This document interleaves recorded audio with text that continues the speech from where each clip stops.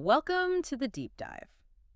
So today we're really diving into a fascinating story. Yeah, the journey of this product leader folks call fish. Exactly. And we've got this great source material, right? An intimate interview by Chelsea Gong. Really gets into his background and thinking. And Offers a rare kind of glimpse. it does. So our mission basically is to trace his path.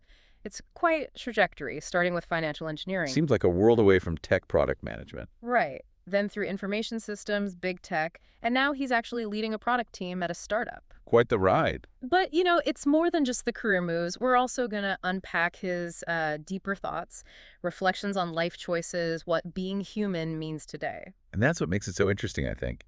His story, while it's his own, has these universal threads, Definitely. like how you deal with uncertainty, how you stumble upon your passions maybe, finding meaning when things feel complex. So the idea is to pull out those insights for you, the listener, make them maybe actionable. Yeah, perspectives you can take away. Okay, so where does this all start? We need to go back to high school in Nanjing.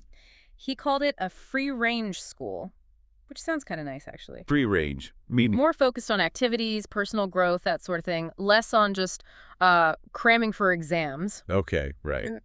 Which is interesting because Jiangsu province. Exactly. Right. Known for being super intense about the Gaokao, the big college entrance exam. So his school was going against the grain then, Pretty much. He said it made for a richer young life, which makes sense. but maybe not the top scores compared to the exam factor. That's what he suggested, yeah. A bit of a trade-off. And that probably shaped his next steps, his university choices. It did. He talked about this strategy, using distance to exchange for score, was his phrase. Okay, what does that mean?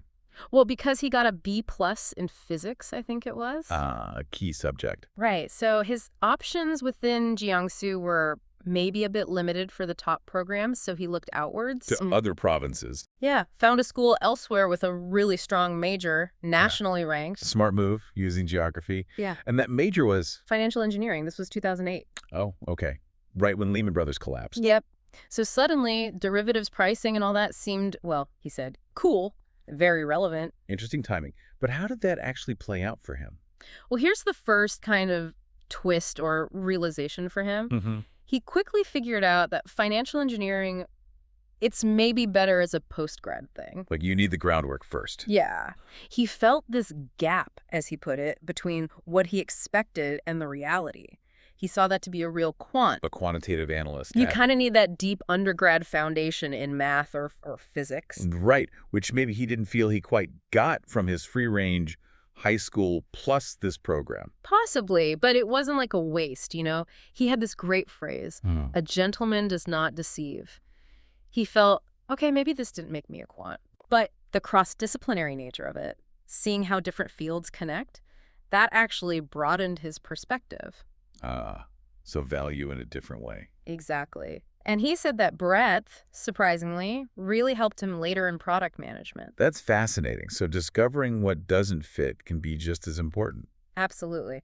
And that realization definitely led to a pretty major shift. His fourth year of university, he did an exchange program, went to a U.S. university. The exchange year, often a big catalyst. Totally. And he didn't just take it easy. He went all in, took 9 courses. Wow. Across 7 different departments, mostly STEM stuff, science, tech, engineering, math. Okay, so he was really exploring, trying to find something. Seems like it. And this is where he really zeroed in on the shift away from finance. Right. What was the core reason he gave? He saw quantitative finance as often a kind of zero-sum game. Interesting way to put it. Like one person wins, one loses. Pretty much. Oh. Trying to outsmart the other side. But with computer science, he felt you could actually build things, create extra value, he called it. I see. That's a powerful difference. Building versus just reallocating. Exactly. He found that much more exciting, more fulfilling, personally. That makes a lot of sense. It's a different kind of drive, a generative one. So that led him to his master's degree. And information systems, right, at a top USCS school. Yep. And he mentioned how big the leap was there.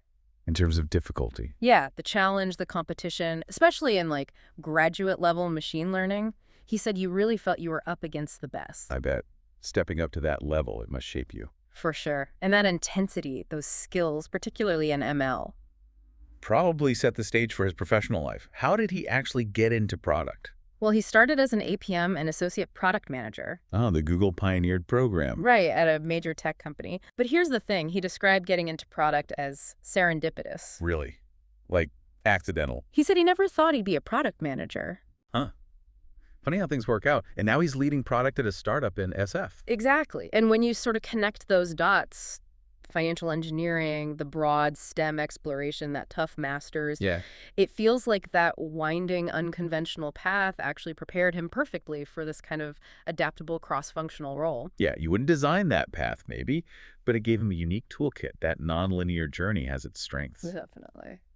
So let's jump to today.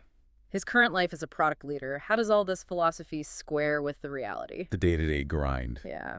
He described a life that sounds, well, incredibly busy. Like how busy? Packed from 6 a.m. to midnight, juggling the demanding job, being a parent, fitting in exercise, hobbies, personal stuff. Wow, that sounds intense, like burnout territory for many people. You think so, right? But what's really striking is he reported feeling deeply satisfied. Satisfied, despite that schedule. Yeah. He emphasized feeling like he has control over things. Control is key. And he just said his income is sufficient. It's not just about the money then, but that sense of balance maybe. Autonomy. Seems like it. It's a really practical example of finding fulfillment, not by avoiding demands, but by finding that sufficiency and control within them. Yeah, it really challenges that idea that a high-pressure job automatically equals unhappiness. Which brings us to some of his, maybe, most profound thoughts. Looking back, he talked about feeling the sense of luck, mostly, and gratitude. Even for the bits that didn't go as planned. The discrepancies. Yeah, even those moments he called one-thought-away decisions. You know, tiny things that could have sent him down a totally different road. He looks back on them with appreciation. Not regret. That's a healthy perspective. And then he gets into this really interesting idea about a time machine. Oh, yeah. What would he do with one? He said he'd go back, watch his younger self, Right. but he would not say a word. Not a word. Why? Would you want to give some advice? Fix things. His reasoning is pretty deep. He sees causality, like cause and effect, as this incredibly complex graph, he called it, non-linear. Right. Like a web, not a straight line. Exactly. And he figures if you mess with just one tiny variable... It could ripple out in totally unpredictable ways. Yeah. Create volatility. Yep. So his philosophy is basically, let it be, accept the past, And focus on... and what I can do from today on. It's about agency, right? Apple. That's powerful. Acceptance plus action. What are the implications of that, practically speaking, if you're maybe stuck thinking about past mistakes? It suggests refocusing your energy, maybe, Yeah. on what's possible now instead of dwelling on the what-ifs. Mm-hmm. And he takes this reflection even deeper. He has this thought experiment about a parallel universe. Okay, where does he go with that? It moves beyond just career choices. Yeah. It's about a fundamental aspiration to Yeah. just be human. To be human, what does that mean to him? Well, this is where he gets a bit critical of modern society. He feels we become alienated. Alienated from what? From ourselves, maybe. From just being... He thinks we put too much value on our work and achievements. They might be. Overrated. That's the word he used, yeah. Overrated. He mentioned that conversation between Elon Musk and Jack Ma about AI. Oh, I remember that. Musk worried about jobs. Right. And Jack Ma's response was, the future isn't about jobs versus AI. It's about humans being human. Rediscovering that core essence beyond just our economic function. Exactly. So in this parallel universe. Yeah, his other self. He imagines that self pursuing things that really touch the essence of humanity, like being a traveling writer. Not necessarily something profitable, but something deeply human. Right. Which does make you wonder, with his current intense schedule, how does he connect with that now? That's the million-dollar question, isn't it? Maybe that satisfaction he feels, despite the demands. Maybe it comes from intentionally building in those human moments. Parenting, hobbies, connections. Perhaps. Maybe fulfillment isn't about escaping the complexity, but finding the meaning and the humanity within it. Not losing sight of what matters beyond just, hitting the next target. So bringing this all back to you, our listener, Fish's journey from that interview that Chelsea Gong, it really gives us a lot to chew on. Definitely. The value of exploring, even if it seems random at the time. Yeah, and how life can take these unexpected serendipitous turns. Mm-hmm. And just the sheer importance of stepping back, reflecting, figuring out what really matters to you.